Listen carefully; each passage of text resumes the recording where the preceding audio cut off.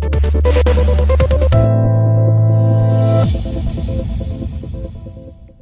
y'all, welcome to Parent Empowerment with Mandy Drogin. I'm Mandy. I'm just a mom sitting down with real Texas parents having real conversations about what's going on in our education system. Today, I am so excited to be joined by Ashley Cash. Ashley is the president of CCC Solutions. She is also an appointee of Governor Abbott on the Women's Commission, and she is the founder of Texas Transformed. Ashley, thanks for being here. Well, thank you so much for having me. I really appreciate it. So I'm so excited to hear about the incredible work that y'all are doing at Texas Transformed. I have been hearing from so many people in the education space about the plans that you have and the meetings that you're having and really how you are laying the groundwork to transform Texas. So let's hear a little bit about the impetus for you starting this mission, this passion to really give back to teachers, make sure that we have great teachers in our classrooms, but really make sure that we're transforming the next generation of Texans. Well, it actually started 15 years ago when I was starting my real estate investing business, and I was door knocking foreclosure houses in Dallas, Texas. Huh? And I would walk up to the door, knock on it, and say, "Hi, my name's Ashley Cash, and I'd like to talk to you about 13 ways to avoid foreclosure." And what I realized is these families that were in this horrible predicament had done nothing wrong. Yeah. But we as a society had failed them because we had not given them the education. We hadn't taught them how to budget. And they didn't know that their mortgage or any bills related to their house or apartment should be less than 25% of their net income. Mm-hmm. And at that time, banks were giving mortgages up to 40% of their gross income. Yeah.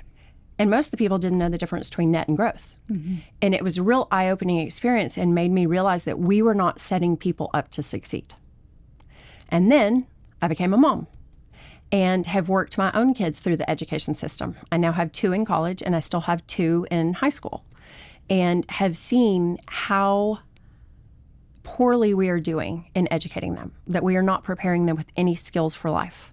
They don't have financial literacy. A lot of them can't read. They don't have any critical thinking skills anymore, and just how watered down the education system has become. That as parents, I think we all realize that there are issues, right? But until you really start investigating it, you don't realize that it's almost like today what kids are graduating with would be the equivalent of what we graduated 7th grade with, right? As far as skills, and it's just abominable. And then as a business owner, having to try to hire employees, or even just a mom out shopping, going store to store, and realizing that these kids don't have the skills to make change, communicate with anybody. As an employer, I can't find people that can make decisions. They just freeze, or they just don't have the skills, that they're not skilled labor, right? Yeah. And it just made me realize that we're setting up generations of Texans to be dependent on the government and to not be able to live to their full potential. And so that was really the impetus behind me getting involved. And then I found my co-founder, Robbie Kirkpatrick, and we finished each other's sentences, almost like I think you and I do now. And we just said, okay, we've got to do this. And I've seen a lot of really great things, like at the legislative session this session, there were so many great bills passed in regard to education.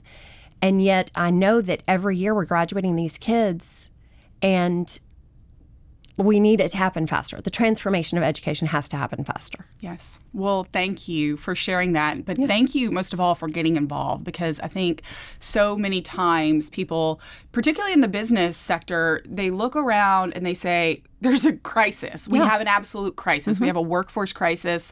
We can look around society, kids at the collegiate level and even, up into their 30s that have become radicalized. They start looking around and asking for universal basic income. Basically, I don't want to work, but I want money. All of these ideas, and they think, there's nothing I can do about it. The education system is completely different. But the reality is it is all intertwined. Every aspect, from the time a student enters into a classroom to the time they launch, they need to be prepared to go out and, you said it, reach their full potential. Yeah. And that's where we're failing. Millions of kids. Millions of kids. And I'm a firm believer that we all need money for our basic essentials, right? You need a roof over your head, a car to drive, food in your belly. But once you have that covered, money is not going to make you happy. Yeah. It can help, but it's not going to make you happy. And that we all have something inside of us. We have self-worth. And that comes from building things, making things, growing things. And I believe that that is you finding and fulfilling your potential. And if we're not giving the kids the opportunity to do that, they may be able to cover their basic needs, but we are not going to be in a happy, fulfilled, amazing society. Yep. That's 100% correct. So let's talk about, so you've been out all across Texas and across Austin meeting with different groups, talking about the vision. And the reality is that so many people have the same vision. But what I love is that everyone can go and check it out at texastransform.org, and they can see, and you say it in my language, you just say, y'all, we can fix this. Yeah. Let's talk about what we can fix and how we fix it. Yeah. What are you looking to take on and quickly to stop children from failing to reach their potential, from failing to launch to be happy and successful? Well, I firmly believe that the first thing you have to do is you have to measure it. You can't assess anything without measuring it. Mm-hmm. So I've already been working, meeting with people in the legislature, meeting with Mike Morath at the Texas Education Agency, with Aaron Kinsey at the SBOE, trying to create a interagency data hub. Mm-hmm. Where we make all of the data public so that everyone in Texas can see it. So the parents can see it when they're looking at a school. So the principals can see it when they're looking at teachers. So the superintendents can look at it when they're hiring principals. And so the school boards can look at it when they're hiring superintendents. Mm-hmm. And it's not meant to be punitive in any way. It is meant to just say who is doing well, like who is performing the best. And we found an organization called ERG, Education Resource Group. And they have taken all of the raw test scores across Texas, and they've been doing this for 25 years. So we have all the data back 25 years. Mm-hmm. But they've been taking the raw data, and they've been adjusting it for socioeconomic issues. And it gives us a really good idea of which schools are performing the best and which schools are helping those who are less fortunate the most. They also look at it, which no other place that I know of is doing this, from the financial data.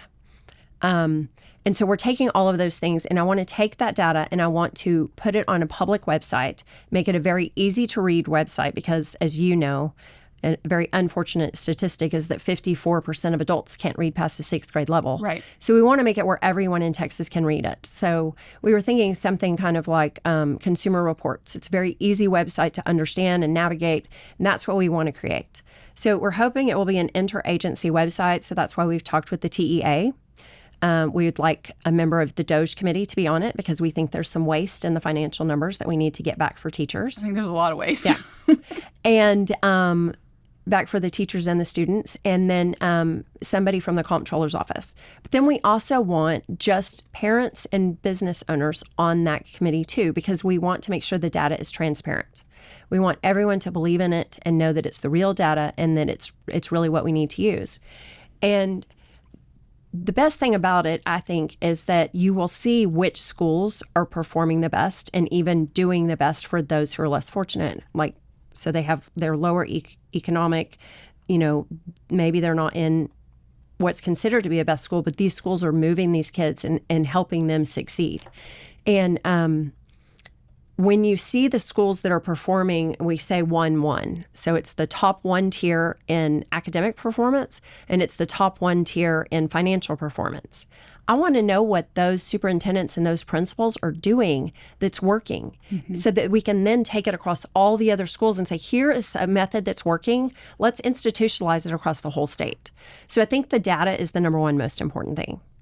Then next to that, we believe that we need to have a leadership and culture change. That we need to make sure that we have the right butts in the right seats for the right job. And I love teachers. I am a huge advocate for teachers. I want to be a voice for teachers. I think that they need to make more money. They need to be given more control. They need to get to be able to teach the methods that they were taught in school, and not asked to do so many other things. They really need to focus on the kids. But someone who is an absolutely fabulous teacher is not always the person who is the fabulous superintendent. Right. That really needs to be a business person who's running a multi-million or multi-billion-dollar business, right? And so we've got to create a leadership change where we're getting the right butts in the right seat to do the job that we need. So when you talk about transforming education, you need someone who knows how to transform a business or transform a military. So I would like to see us create an avenue for really exceptional business leaders and exceptional military leaders to come in and help us make this transformation at both the superintendent and principal level. And some really great teachers who have those qualities as well. Yeah. That's amazing. I'm so excited to hear this because this is exactly what the entire parent empowerment movement is all about. Yeah. When we talk about it is a completely systemic change that we have to see in education. Yes. And it starts here in Texas, but it really has to go across our nation. It does. Because while our school scores are pretty abysmal, 50% of kids can't read on grade levels, 60% can't do math, 70% failed the social studies history exam for 8th graders. It's just, every metric we're failing. Every metric we're failing. And then we look at the financial. When we talk about the leadership, that's 100% correct. No longer should we be sending off leaders to try and make leaders through these TASB trainings and things like that. We need to make sure that we have business leaders that want to go in and establish a great culture for their students and for their faculty, but that they also realize that they are fiduciaries of taxpayer dollars. Yes. We are taxed to the hilt. And most Texans are, I can't imagine that there's any Texan that does not realize the need for an excellent education system and willing to make sure that it is funded to do that. The problem is that just last year, the TEA released expenditure data and shows that we spent $100 billion on public education. That is $18,125 per student.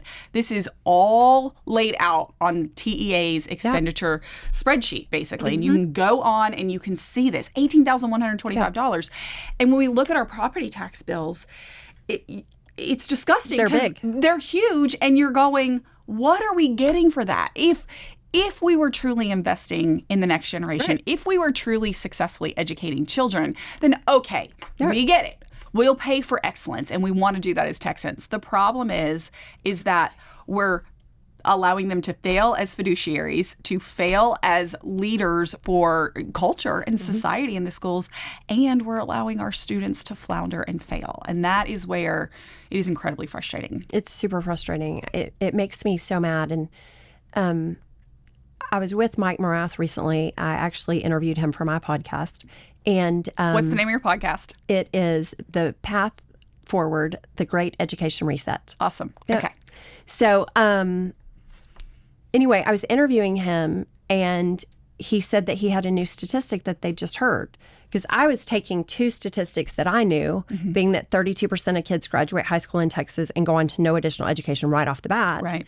But then what's worse is of the 68% that graduate and go on to some additional education, whether that was college, junior college, or trade, at the end of 7 years, only 48% were getting a college degree, a junior college degree, or a trade certificate. And I was like, what's happening to the rest of the kids, right? What are we preparing them for? And so we were talking about that, and he goes, well, actually, I've got better numbers for you now, Ashley. We just got the data that 6 years after high school graduation, only 36% of kids who've graduated Texas high schools are getting a college degree, a junior college degree, or a trade certificate. So that begs the question, what's happening to the other 64%? What have we prepared them for? And unfortunately, the answer to that is nothing. Yeah. Because they're not getting the skills. They aren't getting the skills that you and I graduated high school with. Yeah. I mean, I think we all can sit there and recognize it's not what it was, but until you really dig into it and see how bad it is, I mentioned the 54% of U.S. adults can't read past a sixth grade level. 30% can't read past a third grade level, and they say as much as 18% cannot read at all. If you can't read, you can't help yourself. Right. That's not okay. You can't fill out a job application. No. You can't fill out a rental application. You can't. No.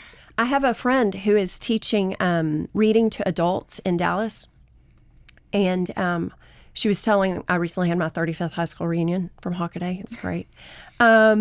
Congrats. I can't believe it's been that long.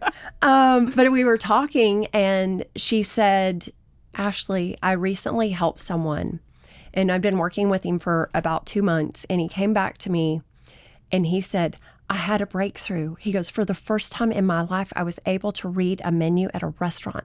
And he goes, I didn't have to look over at what everybody else was eating and say, I'll have that. And I was like I'd never thought of that, of how, like, you think it'd be horrible to not be able to read. Right. But the impact that it has on every single part of your life. Right. Is just, it's not okay. And we cannot keep turning out graduating class after graduating class of kids who can't read, can't communicate, have no financial literacy, and have no skills to take good care of themselves and their family. That's right. And that is truly what all of this is about is, this sometimes sounds hyperbolic because I say it a lot when I'm talking to others, but I really do believe that we are in a cultural revolution right now, and we are in a fight for the soul of America, the future of America. We cannot continue to churn out massive number. I'm talking millions because as a point of reference, we have a little bit over 5.5 million kids in our classrooms right now. Right. And when you look at the numbers, we're talking about over 2.5 million kids can't read on grade level. Right. And when we catch them, if we can catch them before they complete the 3rd grade, because we know that if you are moved past the 3rd grade and you cannot read on grade level, there's a 97% guarantee you will never catch up. Right. Only 3% of kids catch up when we move them past. And yet, in 2008, we removed our retention policies because of a lot of nefarious entities that are more concerned with protecting a system and steering money to entities outside the classroom. That's what I call it. The underbelly. I call it the cartel, but that works too. Yeah. But they are the same ones that have given us so many detrimental policies, and we have herded. There's no other word for it because we're not educating millions of kids. We have literally herded millions of Texans through our system, given them a diploma and a cap and gown and said, yay, and sent them out into the world. And then they can't read a menu. Yeah. They can't fill out a job application. They are woefully unprepared to purchase a house or rent an apartment or understand how to maintain the financial accounting that is necessary for your monthly life. What's worse, they don't know how to allot their income to make sure that they're getting all their needs covered, and then attempting to prepare for later in life by trying to save some money. And we're not teaching anybody how to do that. I mean, I'm so grateful this year that we passed HB 27. So we are now going to require for kids graduating, I think, starting in 2030, that they have 1 semester of personal financial literacy. But the fact that we are graduating kids that can't read and don't have any idea how to take care of their finances. I mean, those are like, everybody always asks me, what are the 2 things you want to tackle first? And I'm like, if you're looking like on a very micro level, reading and financial literacy. Because if you have those 2 things, you can set yourself up pretty good. Yes. Because if you can read, you can learn all the free education that there is online today. That's right. Right? And if you can take care of your finances, you will have an opportunity to really take care of your family. Absolutely. Those are crucial. I would add a third to it I think those 2, civic. Oh yeah. Civic 100%. Civic understanding. Yeah. Understanding our state and our country. Yes, how we were founded. What our founding fathers lived through, why they came to America, why they fought and died. And for this idea of freedom that never existed in the world. That's what I think a lot of times kids nowadays don't realize, the freedoms that we have, the just luxuries that we have. I mean, barely over 100 years ago, you couldn't turn on a faucet and have hot water come out. No.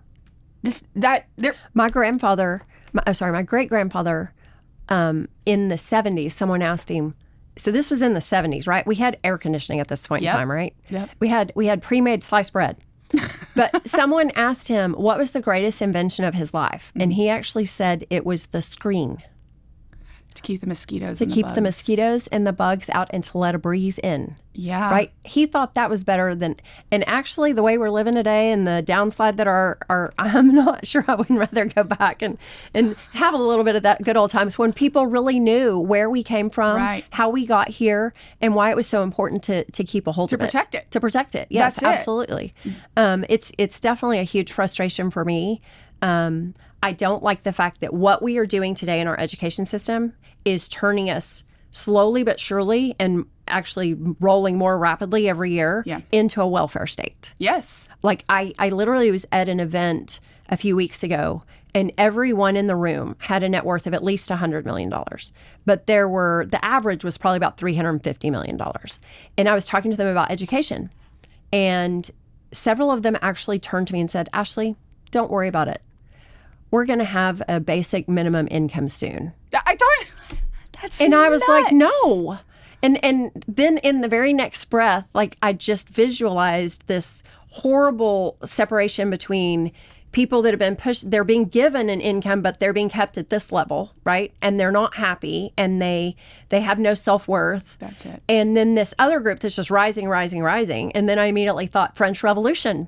And I just was like, we cannot let this happen. Right. We absolutely have to intervene and we have to transform the system today. Right. And this is the thing that, and I'm not talking about the people that were in that room, but it is fascinating to see that I call them the godless technocrats because they are the ones. Actually, these were all tech guys.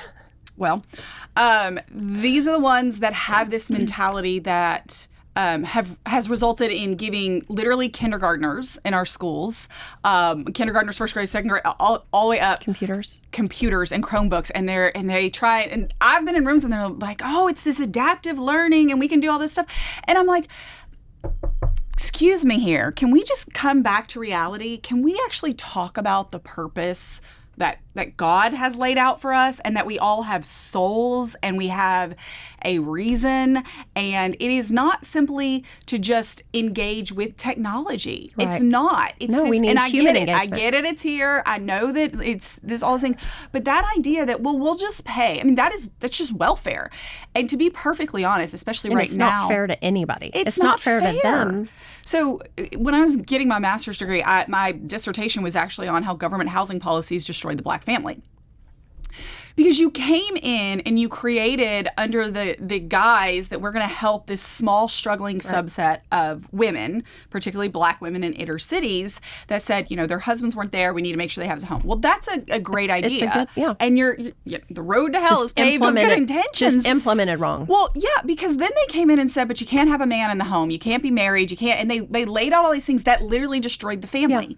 Yeah. It's what destroyed the family. It took away the purpose that is our soul, why we're here, why, and it is first and foremost to take care of our families. Yes. And when you took that away from men, particularly in urban areas, and you took that away, they stopped sticking around. Mm-hmm. And that's where we're over 70% of Black women have children out of wedlock. This didn't happen just, oh my goodness, this is not, it is a cultural problem from government policies. So again, when I hear the godless technocrats, they're like, oh, just give them money. It's like, can we look right now and see this leads to a crisis. It leads to a culture crisis, which is a crisis of the soul. Yes. If you don't educate children, if you don't prepare them and give them the knowledge and the tools necessary to understand why America is the greatest, most benevolent country that has ever existed. The freedoms that you have were fought for. People died for them, and you must be prepared to do the same. Mm-hmm. We will not look like this. We're a baby country. We're not even 250 years fledgling. old. We are. Yeah. We are when you look at China. And, in the grand scheme of things. Yes, in the grand scheme of history, which it all matters. Right, it all is interconnected and all matters. And that, love of liberty, the pursuit of happiness, and self-reliance. Mm-hmm. Self-reliance. We're not teaching kids any of this. No.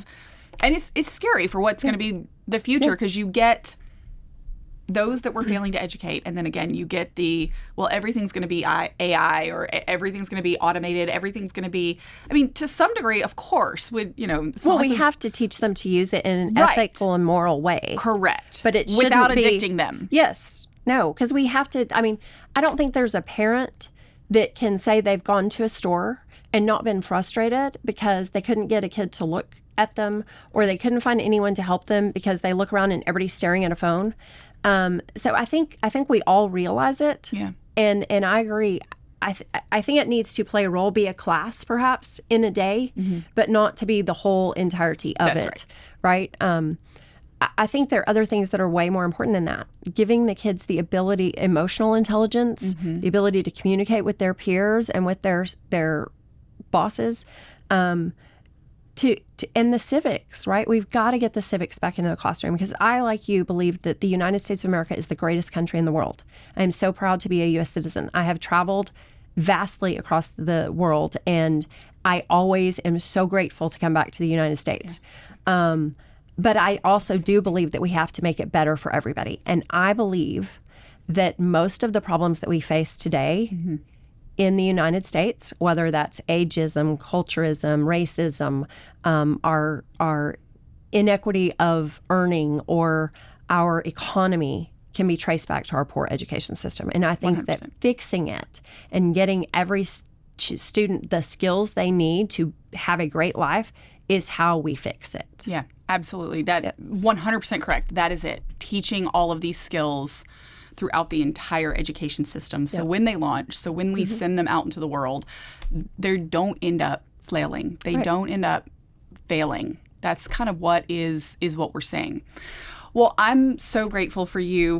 You are so accomplished, so successful. You have 4 children that you're raising. You have an amazing thing. Your energy, I don't know how you do all of it, but I'm grateful that you have stepped into this education reform space with so many fantastic ideas and the willingness to push it forward. Well, thank you. So before we wrap up, I want you to look in that camera right there, and I want you to tell the patriots of Texas, I want you to tell the leaders and the legislators in Texas why they must get involved, why they must listen, and why we must have fast reforms that you're pushing for at the legislative level and at the community level so that we can turn this ship around. Right.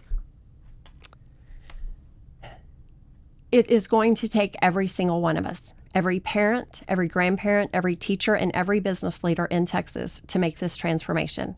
We need this to happen fast, because we are very quickly moving toward a welfare state. We are moving toward a state of people who potentially may be on basic income, and we are very quickly hitting a national crisis. This is a problem. We have lots of jobs in the United States that are in need in the trade industries, energy, electrical, plumbing, HVAC.